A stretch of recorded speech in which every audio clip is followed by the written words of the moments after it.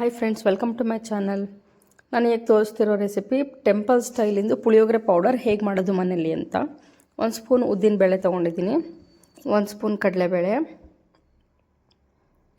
ಆಮೇಲೆ 1/4 ಸ್ಪೂನಷ್ಟು ಮೆಂತೆ ಜಾಸ್ತಿ ಬೇಡ, ಕಹಿ ಬರುತ್ತೆ. 1 ಸ್ಪೂನಷ್ಟು ಸಾಸಿವೆ,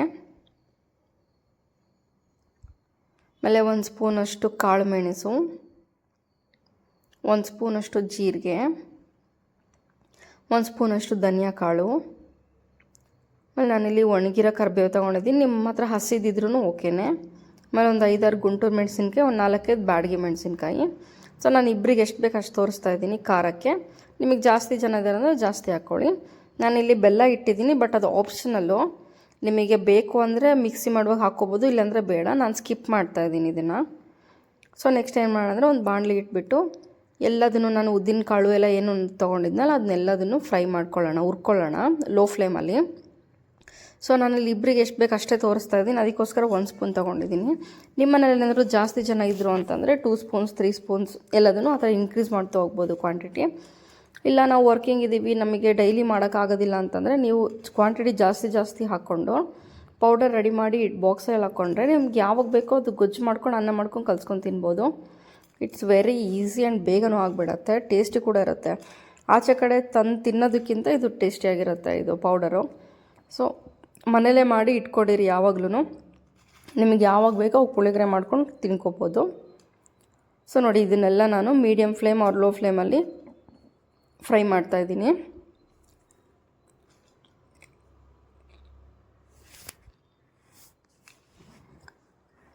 ಆಮೇಲೆ ನಾನು ಬ್ಯಾಡಗಿ ಮೆಣಸಿನ್ಕಾಯಿ ಮತ್ತು ಗುಂಟೂರು ಮೆಣಸಿನ್ಕಾಯಿನ ಇದಕ್ಕೆ ಹಾಕ್ತಾಯಿದ್ದೀನಿ. ಅದನ್ನು ಕೂಡ ಫ್ರೈ ಮಾಡ್ಕೊಳ್ಳೋಣ. ಇದು ಸ್ವಲ್ಪ ಕ್ರಿಸ್ಪಿ ಆದರೆ ಚೆನ್ನಾಗಿರುತ್ತೆ, ಅದಕ್ಕೋಸ್ಕರ.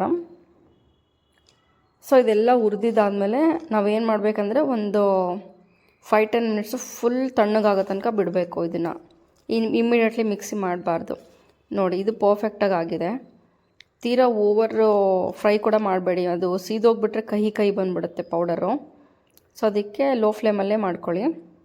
ಸೊ ತಣ್ಣಗಾದ್ಮೇಲೆ ನಾನು ಏನು ಮಾಡ್ತಿದ್ದೀನಿ ಅಂತಂದರೆ ಇದನ್ನು ಮಿಕ್ಸಿ ಜಾರ್ಗೆ ಹಾಕ್ಕೊಂಡು ನುಣ್ಣಗೆ ಪೌಡರ್ ಮಾಡ್ಕೊತಾ ಇದ್ದೀನಿ.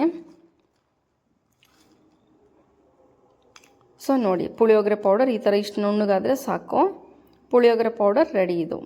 ಸೊ ನಾನು ನೆಕ್ಸ್ಟ್ ವಿಡಿಯೋದಲ್ಲಿ ತೋರಿಸ್ತೀನಿ ಇದೇ ಪೌಡರ್ ಯೂಸ್ ಮಾಡಿಕೊಂಡು ಯಾವ ರೀತಿ ಪುಳಿಯೋಗರೆ ಮಾಡೋದು ಅಂತ. ಸೊ ಫಾಲೋ ಮಾಡಿ ನೆಕ್ಸ್ಟ್ ವಿಡಿಯೋನೂ ಕೂಡ. ನೋಡಿ, ಈ ಥರ ಫೈನ್ ಪೌಡರ್ ಮಾಡ್ಕೊಳ್ಳಿ. ಟೇಸ್ಟ್ ಮಾತ್ರ ತುಂಬ ಚೆನ್ನಾಗಿರುತ್ತೆ. ಸೇಮ್ ಟೆಂಪಲಲ್ಲಿ ಕೊಡ್ತಾರಲ್ಲ ಆ ಟೇಸ್ಟೇ ಇರುತ್ತೆ, ಸಖತ್ತಾಗಿರುತ್ತೆ. ಟ್ರೈ ಮಾಡಿ, ನಿಮ್ಮೆಲ್ರಿಗೂ ಇಷ್ಟ ಆಗುತ್ತೆ. ನನ್ನ ಚಾನಲ್ ಸಬ್ಸ್ಕ್ರೈಬ್ ಮಾಡಿಲ್ಲ ಅಂದರೆ ಈಗಲೇ ಸಬ್ಸ್ಕ್ರೈಬ್ ಮಾಡಿ, ಫಾಲೋ ಮಾಡಿ for more videos. Thank you so much.